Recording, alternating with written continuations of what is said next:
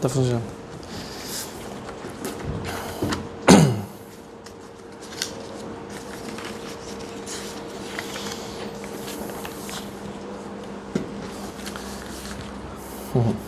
Bueno, hermano, privilegio poder estar aquí con ustedes para compartir la palabra. Me habéis hecho cambiar la introducción. Mi esposo y yo estamos muy agradecidos por la maravillosa hospitalidad con la que nos habéis recibido, algunos de vosotros, otros no, porque no hemos podido tener tiempo de vernos hasta el día de hoy. Pero nos hemos sentido muy felices, ¿cómo decirlo? Muy bien acogidos, muy bien atendidos, y ha sido un privilegio poder compartir estos breves días y le damos las gracias por vuestra hospitalidad. Decirles, hermanos, que mandarles saludos de la iglesia en Tenerife, que oramos mucho por ustedes, por vuestras necesidades también personales y dificultades por las cuales nos transmiten, y nuestros cultos de oraciones transmitimos, y nuestro deseo también de que el Señor les conceda un nuevo local, así como los que están padeciendo enfermedades, como su padre, y por Conce también, ¿no? En esta ocasión, hermanos, que tenemos por delante, vamos a considerar con la ayuda del Señor un tema que creo que es muy importante como cristianos, que es cuando nuestra fe es puesta a prueba.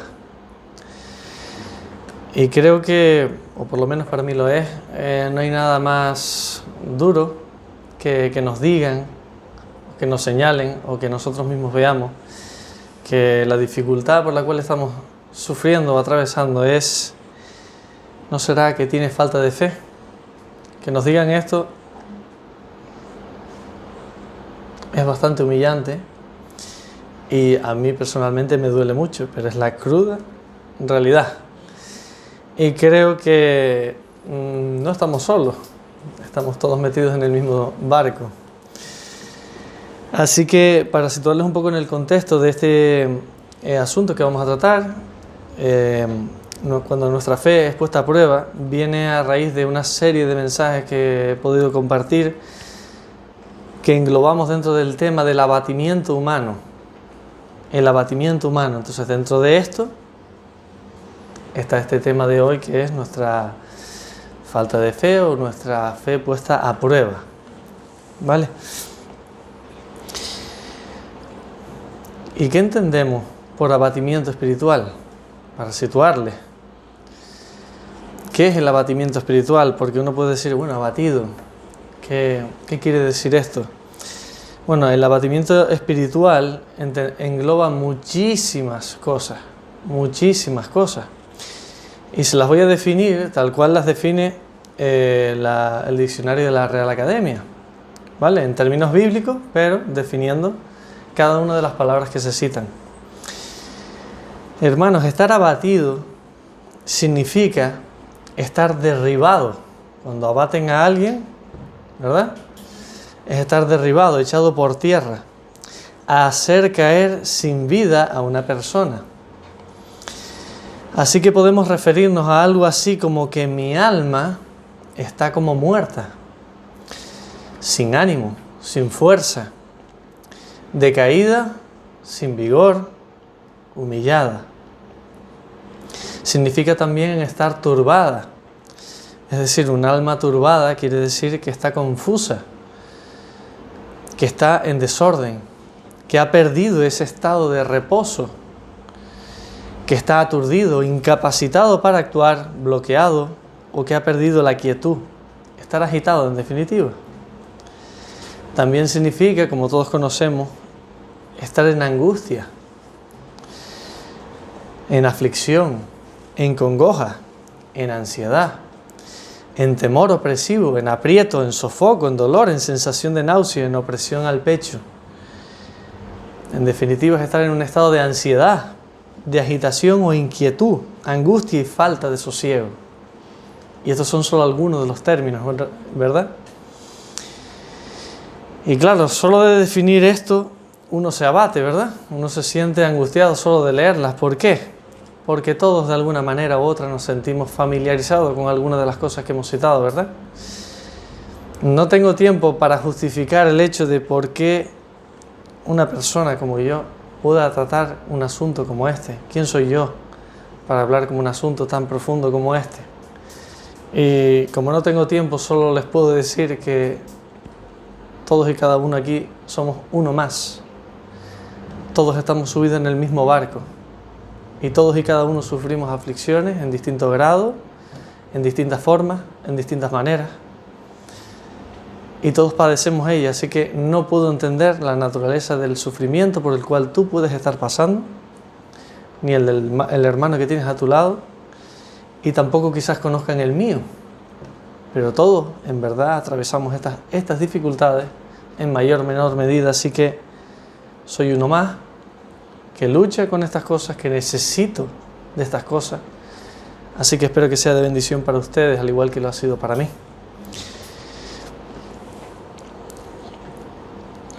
Bueno, pero Dios sí puede tratar con nosotros acerca de estas cosas, ¿verdad? Nosotros no somos quién, pero Dios sí. Así que la Biblia se ocupa de todos estos problemas a lo largo de todo el Antiguo Testamento y de todo el Nuevo Testamento. Y solo por citar algunas cosas, ¿verdad?, que conocemos ya. El libro de Job nos viene a la mente, ¿verdad? ¿Quién ha padecido un sufrimiento tal como el de Job?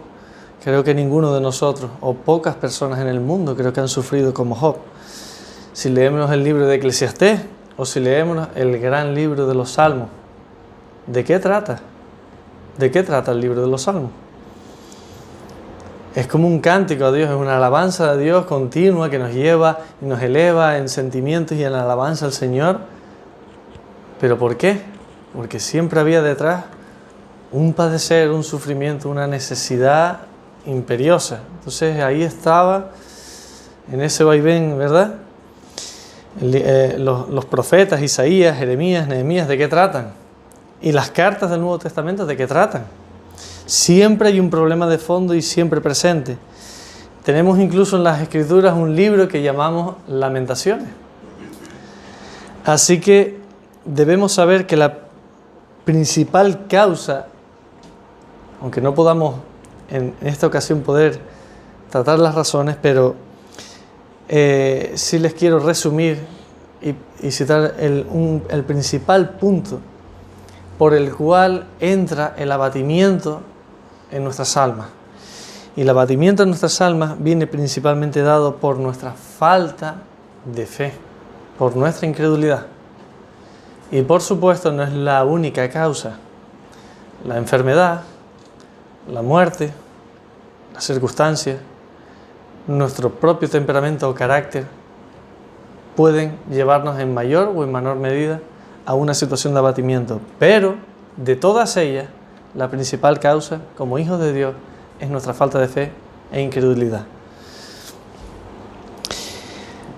Ahora sí, hermanos, quisiera que vayamos a nuestras Biblias, al Evangelio de Lucas, capítulo 8, del 22 al 25.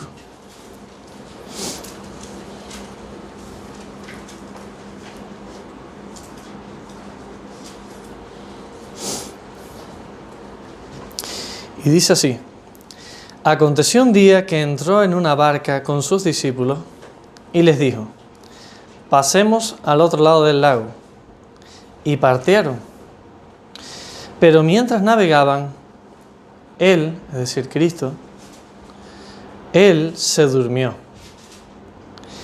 Y se desencadenó una tempestad de viento en el lago, de tal magnitud que se anegaban y peligraban. Vamos a pararnos. Hermanos, ¿saben qué significa anegar? A veces leemos de pasada y todos conocemos este texto de arriba abajo. Hermanos, anegar significa hundirse. No es estar en una tormenta simplemente pasándolo mal, en aprieto. Anegar es llenar. Es llenar de agua una barca. Es decir, es naufragar. estar al borde del naufragio. En esa situación se encontraba. Pero mientras navegaban, él se durmió, se desencadenó una tempestad de viento de tal magnitud que se anegaban, y por eso dice, y peligraban, es decir, estaban en serio peligro de muerte. Y vinieron a él y le despertaron diciendo: Maestro, maestro, que perecemos. Despertando él, reprendió al viento y a las olas, y cesaron, y se hizo bonanza.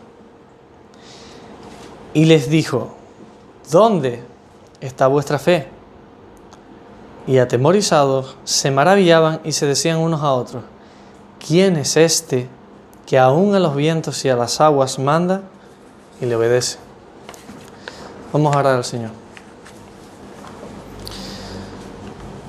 Señor, nuestro Dios, nuestro Padre, nos dirigimos ante ti en esta hora para darte las gracias por este privilegio que nos concede, Señor, de congregarnos, una parte de tu pueblo, para adorarte, para buscarte a ti, Señor, para buscar la dirección y la guía que nuestras almas necesitan a través de tu santa palabra, que es útil para instruir, para corregir, para instruir en justicia, para exhortar, para dar consuelo, para reprender, para salvar. Oh Señor, te suplicamos que tu presencia sea con nosotros, que tu palabra, Señor, venga a través de tu siervo con poder, Señor, para que haga la obra para la cual tú la envías. Tu Señor, dices en tu palabra que tu palabra no volverá a ti vacía. Y Señor, en dependencia tuya, Señor, suplicamos que uses tu palabra para nuestro bien, para nuestro gozo, para nuestra santificación, para todas estas cosas que hemos dicho. Gracias, Señor, por la paz. Gracias, Señor, por tu presencia, Señor, manifiesta en esta mañana. Te alabamos y te damos las gracias. Y pedimos tu dirección y tu guía, para gloria tuya, en Cristo Jesús. Amén. Amén. ¿Dónde está vuestra fe? Este es nuestro primer punto. Hermanos, todos conocemos muy bien esta historia y por razón del tiempo no podemos detenernos en los detalles. Pero el asunto está bien claro. Nuestro Señor llevaba una vida muy, muy agitada y muy agotadora, caminando de un lado a otro, predicando, hasta el agotamiento. Y así encontramos a nuestro Señor en esta ocasión, solicitando a sus discípulos que le llevaran al otro lado del lago. Y ante tal cansancio, nuestro Señor cayó, como hombre que era, agotado, y se durmió.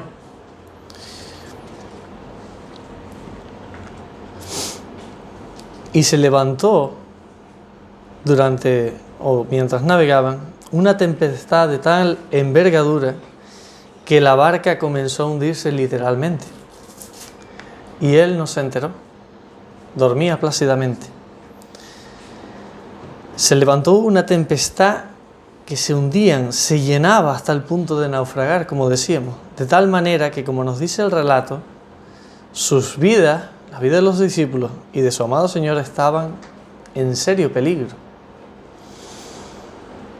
Hermano, ¿estás encontrado alguna vez en una situación parecida?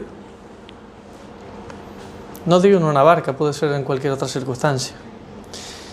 No todos hemos enfrentado una prueba de tal magnitud como esta, ni siquiera que se le parezca. Pero sí es cierto que todos lo hemos pasado mal, pero hasta este punto. Quizás algunos sí, otros no. Pero aquí vemos un ejemplo de una situación verdaderamente aterradora en la cual los discípulos respondieron al Señor atemorizados. Y no era para menos, ¿verdad? Estaban angustiados y agitados hasta tal punto que después de haber luchado con todas sus fuerzas y ver que no conseguían llevar esa barca a buen puerto, gritaron aquel grito de socorro a su Señor diciendo: Maestro, que perecemos. Nuestro Señor y Salvador Jesucristo, agotado y dormido como estaba, como hombre que era, se levantó y dando orden al viento y a las olas, como Dios que era, éstas le obedecieron de inmediato. Y dice que hubo gran bonanza. ¿Bonanza qué significa? Lo que nos encontramos el otro día con Rodrigo en Morro, en la costa del Morro. El mar estaba absolutamente en calma, apenas había ola. Estaba plácido, estaba quieto, absolutamente en calma, sin perturbación alguna. Es decir, que las condiciones meteorológicas y el estado embravecido del mar se volvieron poco a poco en calma. Dice eso el texto. El mar y el viento le obedecieron y se volvieron de repente totalmente apacibles. De tal manera que los discípulos se atemorizaron y se preguntaron: ¿quién es este? ¿Quién es este que aún el viento y el mar le obedecen? Ese hombre que dormía plácidamente era nada más y nada menos que el Hijo de Dios encarnado. El Dios vivo y verdadero estaba allí con ellos, presente en la barca. Hermano o amigo que estás aquí, ¿crees tú que Jesús es Dios? ¿Que Jesús es tu Dios y Señor? Si tú no te maravillas de esto y no te lleva a adorar a tu bendito Salvador, es que no eres cristiano y andas perdido sin el Salvador que necesitas para perdón de tus pecados. Si es así, mi amigo, joven, niños, mayores, lee y busca personalmente quién es este hombre del que aquí se habla. Coge tu Biblia a escondidas, no con tu padre y con tu madre, no esperando que te prediquen. Coge tu Biblia en tu intimidad, en tu soledad, lee los evangelios y conoce quién es verdaderamente ese hombre del que se habla aquí. Porque Él se revela a través de las Escrituras. Y la fe viene por el oír, y el oír la palabra de Dios. No esperes que otro te cuente que Cristo es tu Salvador. No esperes que otro te explique quién es Cristo, como que es tu Dios y tu Señor, el Creador de todas las cosas. No, no. Búscale a Él en tu intimidad y busca conocer quién es este hombre del que aquí se nos habla. Y entenderás con claridad quién es. Y si Dios en tu misericordia te concede la gracia y el don de la fe, le verás claramente con otros ojos y sabrás que Él es tu Dios y tu Salvador, al cual tú necesitas desesperadamente. Pero hermanos y amigos, la maravilla de este relato no es su poder manifestado de forma milagrosa sobre el poder de su creación, porque es suya. Por eso aún el viento y el mar le obedecen. Sino en la increíble reprensión que nos da o que les dio a los discípulos en esa ocasión. El asunto a tratar aquí no es solamente que ese hombre era Dios encarnado y que tenía el poder sobre toda su creación, sino que lo increíble de este asunto es que reprende a estos discípulos preguntándoles y diciéndoles: ¿dónde está vuestra fe? ¿Dónde está nuestra fe cuando nos estamos hundiendo? Hermanos, en el texto paralelo, no hace falta que lo busquen, en Marcos 4:38, nos dice: Él estaba en la popa durmiendo sobre un cabezal y le despertaron y le dijeron: Maestro, ¿no tienes cuidado que perecemos? El Evangelio de Marcos nos revela cuál es el sentir verdadero que había en los corazones al clamar al Señor de esta manera. ¿No te preocupa, Señor, que muramos aquí? Señor, tenemos razones para estar así. Estamos desesperados. ¿Es que no estás al tanto? ¿Es que no te preocupas de nosotros? Eso era lo que estaba saliendo de su corazón. Pero la respuesta del Señor nos deja a todos hoy mudos, ya que nos revela algo que es del todo sorprendente. Y quiero que presten especial atención. Hermano, el cristiano, sus hijos amados, nunca deberían estar agitados, angustiados, afanados o aterrados, cualesquiera que sean las circunstancias. Y sí, lo estoy diciendo yo. Y quien me conoce sabe mis debilidades. Conozco yo algunas de ustedes que me habéis contado. Y esto es para mí. Y esto es para ti. ¿Cómo que nunca deberíamos estar agitados, angustiados, afanados o aterrados? ¿Quién es capaz de hacer eso? Pero es que no lo decimos nosotros, lo dice nuestro Señor Jesucristo. Se lo dice a sus discípulos y por tanto nos lo está diciendo a nosotros. Podemos preguntarnos, ¿cómo va a ser esto así? Somos humanos. Y por tanto somos débiles. Y por tanto tenemos miedo. Y por tanto tenemos dolor y sentimos tristeza. Y claro que sí, es lícita hasta un punto, porque estamos bajo una naturaleza caída. Pero he aquí el matiz.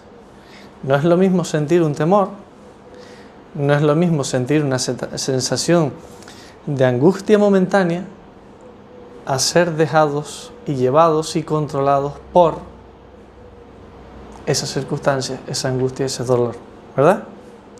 No me malinterpreten, por favor. Y por eso Dios nos reprende. Y Él te pregunta a ti y a mí, ¿dónde está vuestra fe? Y el Señor en su amor y misericordia no te está diciendo, necio, no tienes fe.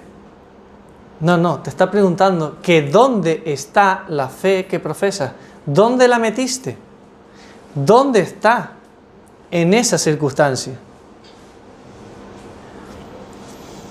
Recordemos, hermanos, que la principal causa de nuestro abatimiento es nuestra incredulidad. ¿Dónde está vuestra fe? Y aquí es donde entra en conflicto nuestra vida, muchísimas veces, como cristianos que somos. Dios nos manda que nos esforzamos y seamos valientes, ¿verdad? Lo acaba de citar nuestro hermano Rodrigo, ¿verdad? Mira que te mando que te esfuerces y seas valiente. No temas ni desmayes, porque Jehová tu Dios estará contigo por donde quiera o en donde quiera que vayas. No lo sabemos de memoria, pero cuán difícil es aplicar este versículo a nuestras vidas en las circunstancias aflictivas, ¿verdad? Es posible que nosotros, al igual que los discípulos, seamos esta clase de hombres, como fueron los discípulos en esta ocasión. Yo no veo en ellos falta de valentía. Ellos se estaban esforzando. ¿O no es así? Nosotros nos esforzamos también en ser valientes. Nos esforzamos, estamos tratando de ser obedientes, esforzándonos, buscando ayuda en oración al Señor día a día, ¿verdad? Para no dejarnos hundir por nuestras adversidades.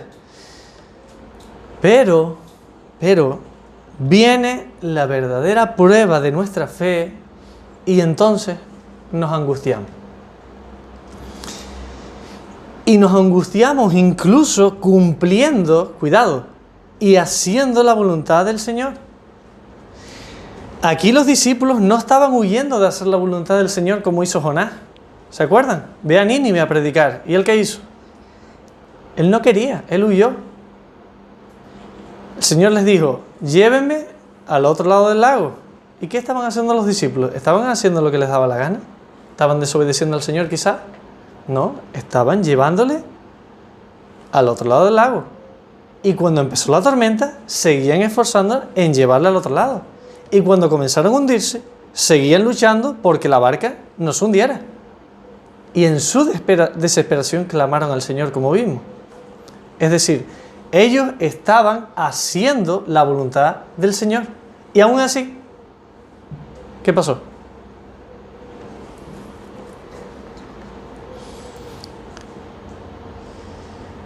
E incluso como nosotros, cuando ya no podemos más, ¿qué hacemos? Clamar a nuestro Señor, ¿verdad? El único que puede socorrernos. Entonces podemos preguntarnos, ¿qué estamos haciendo mal? ¿Qué hicieron mal los discípulos? ¿Dónde está el problema? Yo no le veo el problema. Podríamos preguntarnos personalmente, ¿qué más quieres de mí, Señor? Estoy haciendo lo que me mandas, me estoy esforzando, me estoy arrepintiendo, sé que caigo, Señor, y clamo a ti en mis adversidades. ¿Qué estoy haciendo mal? Bueno, independientemente de todo lo que habían hecho y del peligro de muerte que corrían, la respuesta del Señor es que no tenemos derecho a ponernos así. Y uno se queda de piedra. Les faltó autocontrol en medio de todas esas pruebas. Es decir, les faltó aplicar la fe que tenían a las circunstancias particulares. ¿Se dan cuenta? ¿Dónde está vuestra fe? No, incrédulo. No. ¿Dónde está vuestra fe? ¿Dónde la tiene? Ahora, cuando la necesita. Segundo lugar, veamos ahora la pregunta que lanzaron al Señor. Sus palabras y sus corazones, como hemos leído, revelaban con claridad la incredulidad en sus corazones. Todas sus justificaciones, y que hemos visto, creo que convencerían a cualquier tribunal humano, ¿verdad? Y creo que nosotros todos le aprobaríamos los pasos que dieron los discípulos. Pero claro, no es un tribunal humano, era Dios en medio de ellos, ¿verdad? Y Él conoce y escudriña en nuestros corazones, y llega a lo más profundo de nuestros corazones, y ve lo que hay realmente, y entonces les reprende. Los discípulos tenían al Señor con ellos, ahí mismo en la barca, y aún así le lanzan su temor de que Dios no les estuviera manteniendo a salvo, de que Dios se había olvidado de ellos, de que Dios les había descuidado, de que Dios les había dejado de proteger. Por lo tanto, ellos se afanaron en salvarse en sus propias fuerzas y desconfiaron de su Señor. Y se apoyaron en sí mismos hasta que el agua les llegó al cuello. ¿No nos pasa a nosotros igual? ¿Verdad? Soy el único. Entonces, ¿qué hicieron? Hicieron lo correcto realmente al final. Lo mismo que nosotros. En nuestra desesperación, ¿a quién podemos acudir? Es nuestro oportuno socorro. Miraron al único, aquel que podía hacer algo, pero vinieron a Él con súplicas y ruegos con fe. No, vinieron a Él cuando estaban totalmente perdidos, fuera de control. Venían a Él con toda una serie de dudas, de temores, siendo controlados por sus sentimientos, por la circunstancia particular y no siendo controlados por la verdad que conocían. Vinieron a Él en su incredulidad y temor más extremo. Y sí, tenían razones humanas, pero somos hijos de Dios. Cuando habían perdido el control de sí mismos, vinieron a su Señor con exigencias, exigiendo responsabilidades y culpando al Señor de su situación. Qué triste. Porque les había abandonado. ¿No tienes cuidado de nosotros que perecemos? ¿Se dan cuenta las palabras? ¿Vamos a morir y a ti te da igual? Hermanos, no sé si ustedes, como yo, se ven claramente reflejados en la vida de los discípulos. No me atrevería a tirar la piedra ante ellos, ¿verdad? Yo creo que ninguno de nosotros. Porque la pregunta es, ¿qué harías tú en su lugar? ¿Qué haría yo en su lugar? Qué terrible es esto, hermano. Qué terrible es dejar que nuestro descontrol emocional, físico, espiritual, sea quien gobierne nuestras vidas. Y no una fe razonada y basada en la verdad inmutable de la palabra de Dios, sino la circunstancia, lo que siento, lo que creo acerca de lo que va a suceder en el futuro, y esto y lo otro, ¿verdad? Y venimos a Él angustiados y desesperados al Señor, cuando deberíamos de haber sido llevar nuestras mentes a lo que conocemos de la palabra del Señor, y una vez llevar nuestras mentes a la palabra del Señor, a lo que es verdadero, a lo que es justo, a lo que es bueno, venir en esa confianza en ruegos y súplicas a nuestro Señor, ¿verdad? Pero muchas veces vamos desesperados a Él.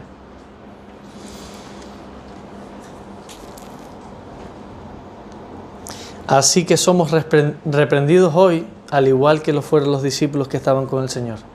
¿Dónde está nuestra fe? Pero lo más maravilloso es que aún así, ¿cómo recibió el Señor a sus discípulos? ¿Dios les despreció? Dios les recibió. Dios les recibió en ese estado lamentable. Dios les escuchó en ese estado lamentable y les dio lo que necesitaban. Les proveyó de esa calma y de esa salvación que necesitaban. No sé si como yo te estés dando cuenta de la cantidad de veces que venimos a Él así y de lo grave que es a los ojos del Señor. ¿Se dan cuenta? ¿Nos damos realmente cuenta del mal que cometemos? ¿De la gravedad de nuestra incredulidad ante Él? Hermanos, este tipo de incredulidad es muy difícil de ver. No se ve a simple vista. ¿Saben por qué? Porque está amparada en una verdadera fe salvadora. Sus hijos creen verdaderamente en el Señor como su Salvador y son justificados delante de Dios por sus pecados a través de su fe en Cristo como su Salvador. Y aunque sea pequeña esa fe, es suficiente para salvarles para siempre y llevarles al cielo.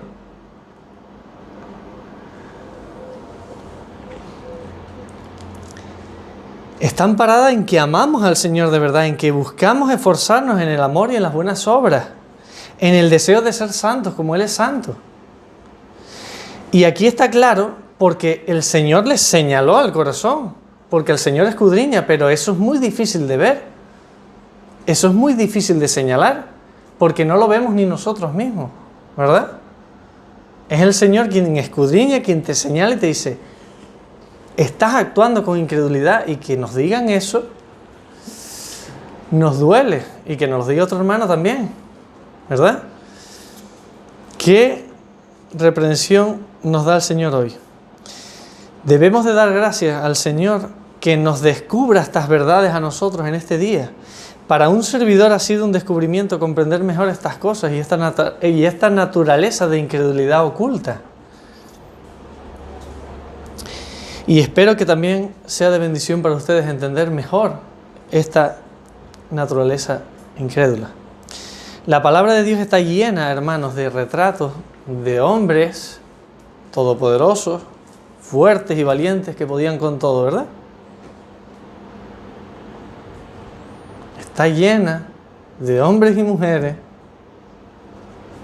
perversos, que caían una y otra vez, que tenían altos y bajos por todos lados, que su fe flaqueaba. El otro día con mi hermano compartía, me vino a la memoria, la historia de Abraham, el padre de la fe.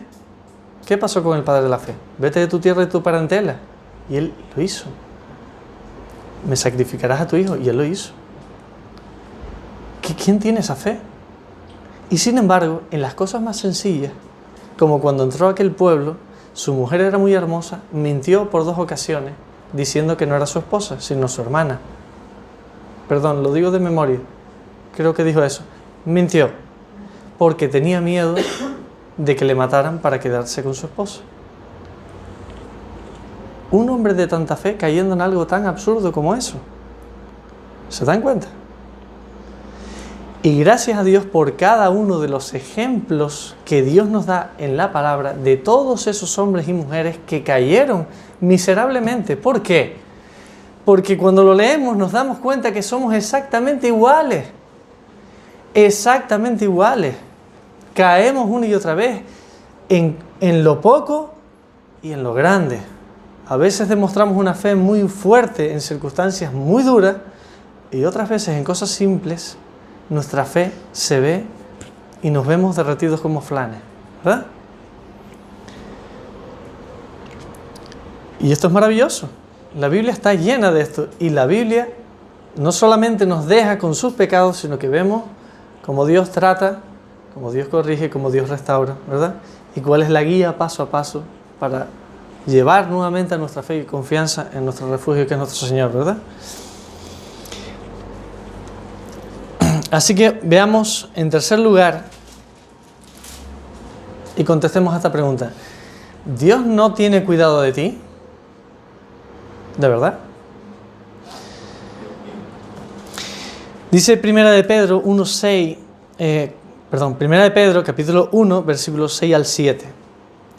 En la cual vosotros os alegráis, aunque ahora por un poco de tiempo, si es necesario, tengáis que ser afligidos en diversas pruebas, para que sometida a prueba vuestra fe, mucho más preciosa que el oro, el cual, aunque perecedero, se prueba con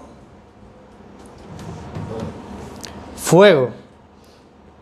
Se prueba con fuego, si es necesario, aunque tengáis que ser afligidos. ¿Cómo se prueba? Con fuego. Y en esa circunstancia, ¿qué tiene que salir de nosotros? Seguimos leyendo. Sea hallada cuando sea probada en que en alabanza, gloria y honra cuando sea manifestado Jesucristo. Dios no tiene cuidado de nosotros. Tenemos que ser claramente conscientes de que nuestra vida cristiana es y será una vida de prueba. Y quien diga lo contrario está cometiendo un grave error. La Escritura claramente nos habla de que a través de muchas aflicciones entraremos en el reino de los cielos. Y así lo vemos en la vida de todos los santos desde el Antiguo hasta el Nuevo Testamento y nosotros hoy. Es necesario. El Hijo de Dios ha recibido, hermanos, el don más maravilloso que un hombre pueda recibir. Es el don de la fe salvadora. Pero muchos queremos vivir el resto de nuestra vida con esa fe que nos salvó. No sé si me siguen. Él nos libertó de la esclavitud de nuestros pecados a través de esa fe salvadora en Jesucristo. Pero pensamos que esa fe es suficiente no solamente para salvarnos, sino que nos va a ayudar el resto de nuestra vida a soportar y sostenernos en todas las pruebas hasta el fin. Y esto es un error, es un grave error y muy común entre sus hijos. Tal es así que la Biblia y nuestra experiencia muestran claramente la evidencia de descuidar un asunto como este. ¿Por qué? Porque no hemos entendido que la fe es un don que salva, pero es como un músculo que crece y se fortalece si se le alimenta bien, y que mengua y se debilita hasta puntos extremos y se deteriora si se le descuida, o si se le descuida, al igual que nuestro estado físico. Muchos de nosotros nos descuidamos, ¿verdad?, en nuestro estado físico, y la prueba es evidente. Empiezan a salir kilitos por aquí, por allá, ¿verdad? Pero de la misma forma, si nuestro estado espiritual es descuidado, ¿qué pasa? Que también empieza a hacerse sentir por todos lados. Y a veces no es tan evidente a los ojos de los demás, pero en nuestro interior, el punto al que quiero llegar es que el ejercicio físico, dice el Señor, para poco es provechoso, pero la piedad para todo aprovecha, pues tiene una promesa en esta vida y en la venidera. Es un breve paréntesis. Aprovecho para decir que no debemos apoyarnos en este versículo para descuidar nuestro estado físico, el cual es templo del Espíritu Santo. Dios nos ha dado un cuerpo y un alma, las cuales hay que cuidar.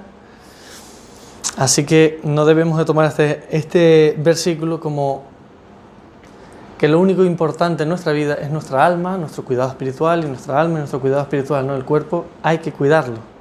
Nuestro cuerpo glorifica a Dios y hay que cuidarlo y mantenerlo. Y hay que entender también que en este entonces no habían coches, en el contexto en el que se dijo. Así que creo que para cualquier trámite, sea buscar agua, sea ir al baño, o sea lo que sea, había que caminar, y mucho, y probablemente cargado. Así que creo que el ejercicio físico en ese entonces no era tan necesario como hoy en nuestras vidas sedentarias es necesario dedicar para cuidar, porque si no, empiezan las enfermedades también. Cierro paréntesis. Vamos al tema que nos preocupa. Pero a lo que íbamos, nuestro Señor sí que se va a preocupar, y mucho, de que nuestra fe se perfeccione hasta el fin. ¿Qué decía Pablo a los filipenses? Filipenses capítulo 1, versículo 6 dice: estando persuadido de esto, que el que comenzó en vosotros la buena obra, ¿qué hará? La perfeccionará hasta el día de Jesucristo. La va a perfeccionar, ¿vale? Y la pregunta es, ¿y cómo se perfecciona la fe? ¿Cómo se perfecciona? Estando tranquilitos en casa, sin problemas, no pasa nada, que todo vaya bien, ¿verdad? Nuestra fe, si somos sus hijos, será perfeccionada hasta el fin. Si eres su hijo, si eres su hija, te la va a perfeccionar. Tú puedes hacer por que ésta sea perfeccionada, pero si tú no lo haces, Dios lo va a hacer por ti. No te preocupes. ¿Y alguien sabe contestarme cómo se consigue esto? Si tú no te ocupas, Él se ocupará. Y la única manera es que sea, como leímos antes, probada. Tiene que ser probada. Y al igual que el ejercicio físico, tiene que ser sometida a presión. No me vale esto. 5 minutos y ya. Tiene que ser forzada. Tiene que llegar a ciertos límites para que pueda ser fortalecida y reluzca en los momentos de mayores dificultades. Y así luzca firme en esos momentos difíciles. El Señor, por tanto, nos demanda que seamos fuertes en la fe. Así que no nos vale esa fe salvadora. Esa fe salvadora nos llevará, sin lugar a dudas, a nuestro Señor. ¿Cómo decía el Señor? Que algunos entrarán al reino de los cielos como por fuego, ¿verdad? O sea, ¿y eso por qué? Quizás no ha hecho la tarea que debería haber hecho con su alma, con su cuidado espiritual. Entonces Dios nos manda a fortalecer esa fe. No nos las da, no nos da ese don solamente y ya nosotros nos relajamos diciendo, bueno, yo ya voy a ir al cielo, entonces voy a vivir mi vida felizmente y me voy a olvidar de las cosas del Señor. No, tiene trágicas consecuencias si tú descuidas tu alma y tu vida espiritual. Porque tu fe va a menguar y eso va a traerte mucho dolor a tu vida. Y Dios se encargará de que sea aprobada.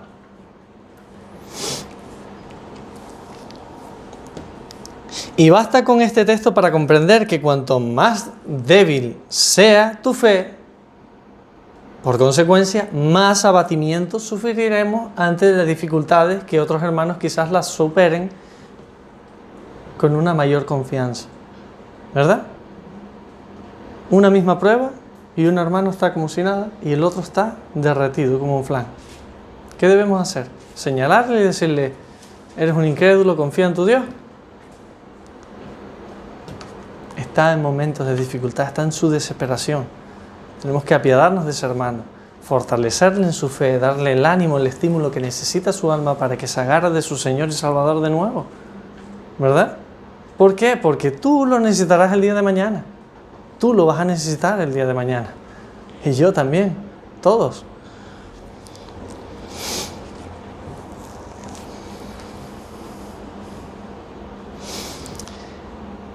Recordemos Hebreos 11, es un perfecto resumen de la vida de hombres de fe que vivieron felices y comieron perdices.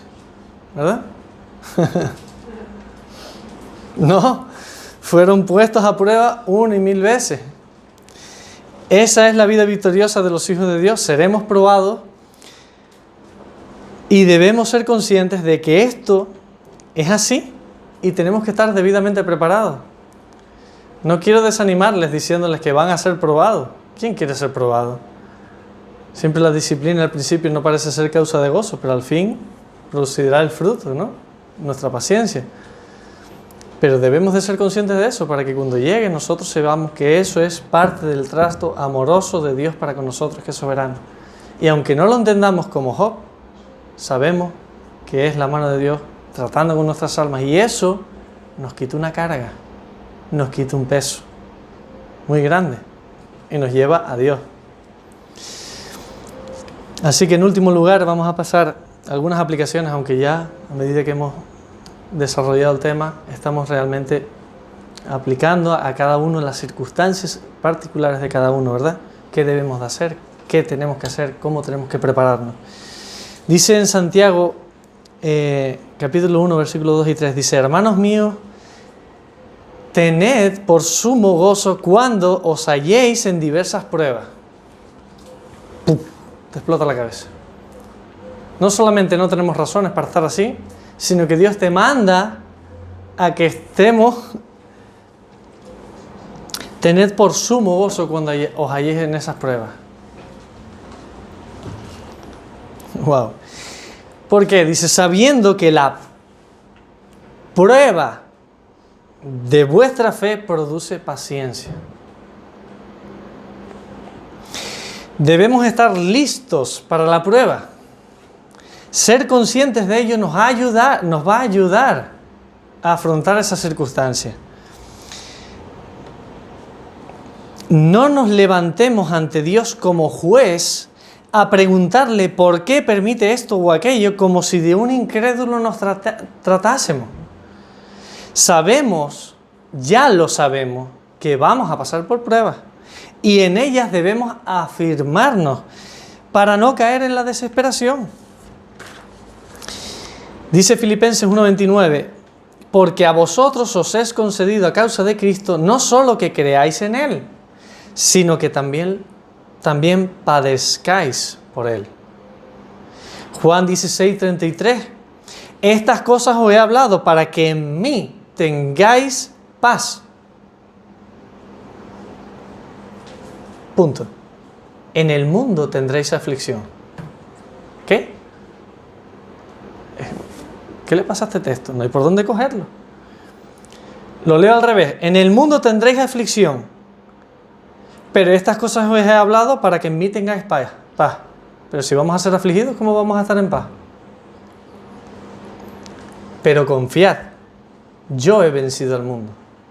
¿Se dan cuenta? Hechos 14, versículo 22 dice, confirmando, antes lo decíamos, los ánimos de los discípulos, no desanimándoles, no hundiéndoles, no señalándoles, no. confirmando los ánimos de los discípulos, exhortándoles a que permanezcan en la fe y diciéndoles, recordarles, ¿el qué? Que es necesario que a través de muchas tribulaciones entremos en el reino de los cielos. Como mismo nos recibió el Señor, aún en nuestro estado más lamentable de desesperación, así debemos nosotros de cuidar a nuestros hermanos afligidos. Con ese mismo amor. ¿Verdad? Qué bueno es nuestro Señor. Para terminar, mi hermano mi hermano o hermana en Cristo, si te hallas en una situación de abatimiento, cualquiera que sea, recuerda que el Señor permite que esta tormenta venga sobre tu vida. Es nuestro Dios soberano.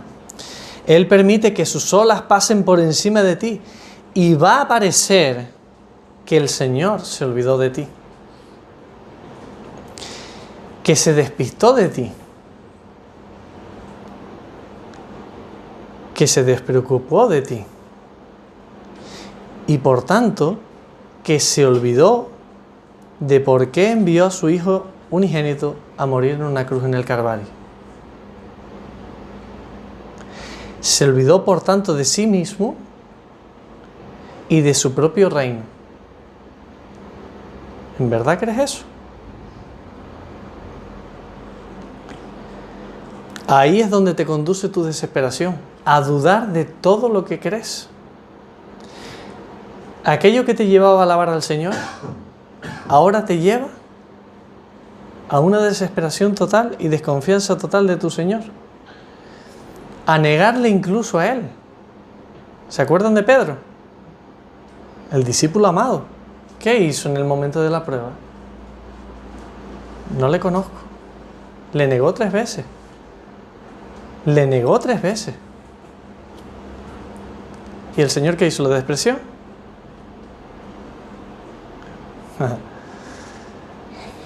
Hermano, aunque me esté saltando, si en algún momento de desesperación tú vas al Señor y sabes que vas a ir a Él en oración de una forma que no es ni siquiera apropiada, porque estás en desesperación, no cometas el error de no ir porque no eres lo suficientemente santa. No mereces ser escuchada por Dios. No mereces ser escuchado por Dios. Él conoce tu corazón. Puedes ir a Él en esa desesperación pecaminosa, porque tu oración la vas a realizar a través de Cristo, nuestro amado Salvador. Y Él no te desprecia. Él te recibe y te va a sacar de ese hoyo de miseria en el cual estás. Te va a sacar. Y esto es maravilloso. No le estoy... Así que no quiero animarte a que no vayas a Él hasta que estés completamente preparado y seguro y confiado y con una seguridad de hierro. Si estás desesperado, por supuesto ve a Él y clama, porque Él no te va a echar fuera. No echó a los discípulos y no te echará a ti. Y hermano, la fe no obra automáticamente.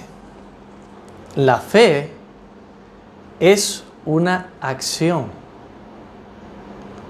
La fe no es me tiro al barranco y confío en el Señor. Sí, es eso, pero no es eso solamente. La fe es una respuesta a la verdad que sabes y que conoces, a la verdad revelada en la palabra de Dios. Es una respuesta a lo que sabes aplicada a la circunstancia en la que estás. Y eso no sale automáticamente. Lo que me salía cuando estaba sentado ahí eran hormiguitas en el estómago y nervios. Y dudas. Cuando te levantas por la mañana con un problema que vienes arrastrando, lo primero que sale a tu mente, ¿qué es? La duda. La incredulidad. No salta automáticamente la fe, suele salir lo contrario. ¿Y qué tienes que hacer con tu mente? Llevarla a lo que conoces de la palabra de Dios para aplicarla a tu circunstancia, y entonces, con oración y ruego, ¿qué pasa? Que el Señor nos da esa paz que sobrepasa todo entendimiento. ¿Por qué? Porque has llevado tu mente a lo que es verdadero. Porque tu mente te miente y te lleva cautiva a donde Satanás te quiere llevar, a la duda, a la incredulidad, a la falta de fe, etc. Que tus circunstancias aflictivas no te lleven a perder el control, sino a controlarlas mediante la verdad revelada en las Sagradas Escrituras, en lugar de llevarnos por nuestros sentimientos o circunstancias. Recuerda tener por sumo gozo cuando os halléis así, porque Dios está fortaleciendo tu fe. Él es Él el que te lo envió. No quiere, por tanto, mi hermana o hermana, que tú desesperes o sufras innecesariamente.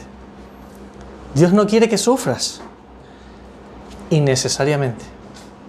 Pero si es necesario, lo hará para tu bien, para tu edificación y para tu fortaleza.